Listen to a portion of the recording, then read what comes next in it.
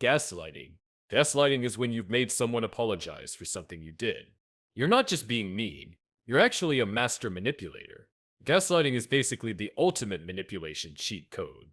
With no cooldown, it does more than bend the truth. It plants a virus in someone's mind that makes them doubt themselves. You don't even need to win the argument, just make them think it never happened. And here's the wild part.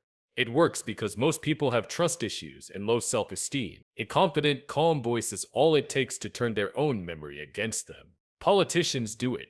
Salespeople do it. Your ex probably did it over brunch last week. Maybe even you have. This isn't a morality lecture. It's a tactics guide. If you're on default settings, you'll get emotionally steamrolled by people using these tricks every single day. The silence exploit.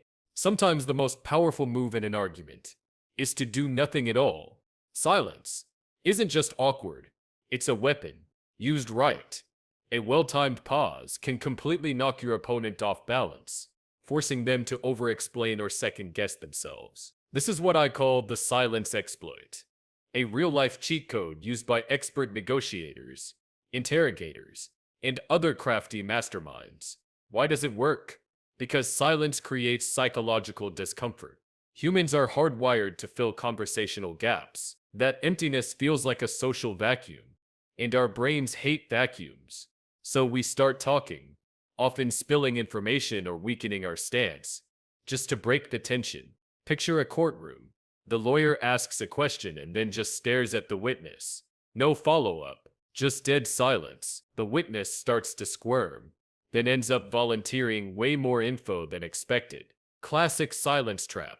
You don't need to be in a courtroom to use this. The next time someone attacks you, pause and say nothing. You'll usually see them backtracking to break the silence. Or if you're haggling, quote your price, and then shut up. Don't justify or explain. Let the silence speak for you. In many cases, that well-timed pause will do more damage than 1,000 words. Remember it too. NPC Dialogue. Think about it. Most people run on default settings, like NPCs in a video game. They come preloaded with dialogue trees and scripted responses. It's not that they're dumb, they're just on autopilot. The average person cruises through conversations agreeing out of habit, laughing when everyone else laughs, following social rules without thinking. But here's the hack. You can reprogram those scripts by tweaking your input. Nod your head at the right time, match their energy, echo a phrase they just said. Suddenly they feel like they trust you. It just seems right to them, and they don't know why. They think they're steering the ship, but really, you're holding the control. Change your tone, adjust your posture, reframe the story. You're not just playing along, you're rewriting the entire script. Once you recognize these patterns, you stop just playing the game and start writing it. The Ziegarnik Effect. You know how unfinished tasks stick in your mind like an open browser tab you can't close? That's the Ziegarnik Effect. Your brain treats incomplete actions like background processes that grab more mental space than completed ones. It's not a bug, it's a feature you can exploit. Want someone hooked?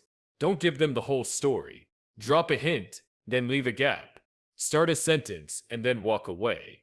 Their mind will race to close the loop. Cliffhangers work in Netflix shows and in real-life conversations too.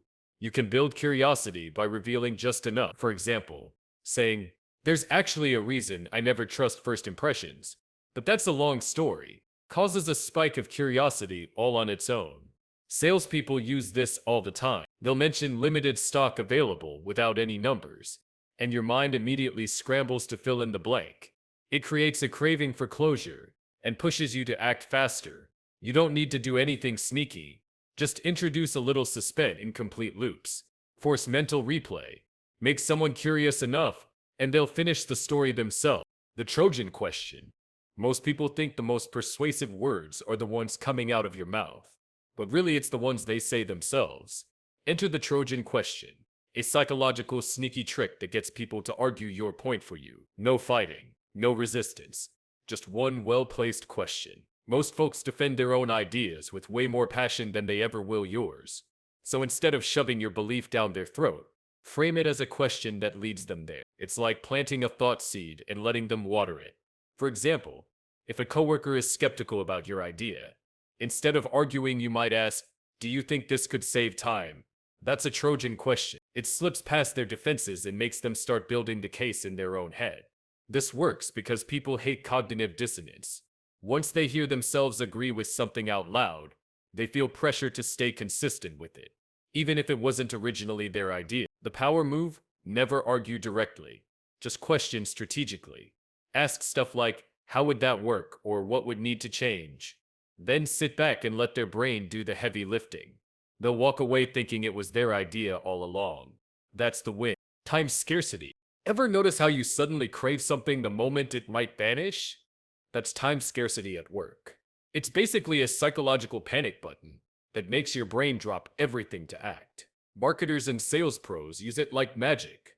Only 2 left.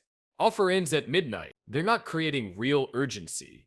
They're manufacturing panic. We hate missing out, so it triggers a reflex. Act now or regret it later.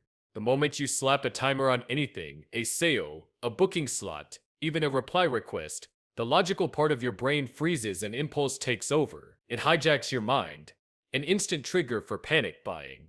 The key trick: you don't need actual shortage, just the idea of one. For instance, saying I'm free on Thursday, but after that I won't be around for weeks, instantly makes Thursday feel like gold. It's not deception, it's just framing a deadline. Deadlines sharpen focus and force decisions to happen now, because in a world of endless options, later is where plans go to die. The halo effect. The halo effect is our brain taking shortcuts. It's predictably lazy. See one strong positive trait, and it assumes all the rest must be good too. For example, compliment someone's polished shoes, and you might immediately think they're also smart and trustworthy. It's not logical. It's how we're wired. One standout quality, a confident smile, a killer outfit, or a witty comment, becomes the filter for everything else. People don't check the details. They extrapolate. Want to look smart? Speak slowly and with certainty. Even if you're guessing. Want to seem competent? Lead with something you absolutely rock at. They'll fill in the rest for you. You don't have to be perfect at everything. Just knock the first impression out of the park. It works in reverse too. Mess up your opening move, trip on your intro, for example, and suddenly all your later points sound shaky. That's perception bias at work, and it can wreck you. First impressions are a cheat code. Flash one golden trait up front, and you hack how people see you from then on. In real life, perception is reality. One shiny first impression can earn you an entire reputation. Authority cosplay. Authority isn't always something you earn. Sometimes you can just act like you have it. I call this authority cosplay, the art of looking like you belong in charge, even if you skipped all the usual steps to get there. It's not lying. It's hacking perception. People are wired to trust confidence, titles, and appearances.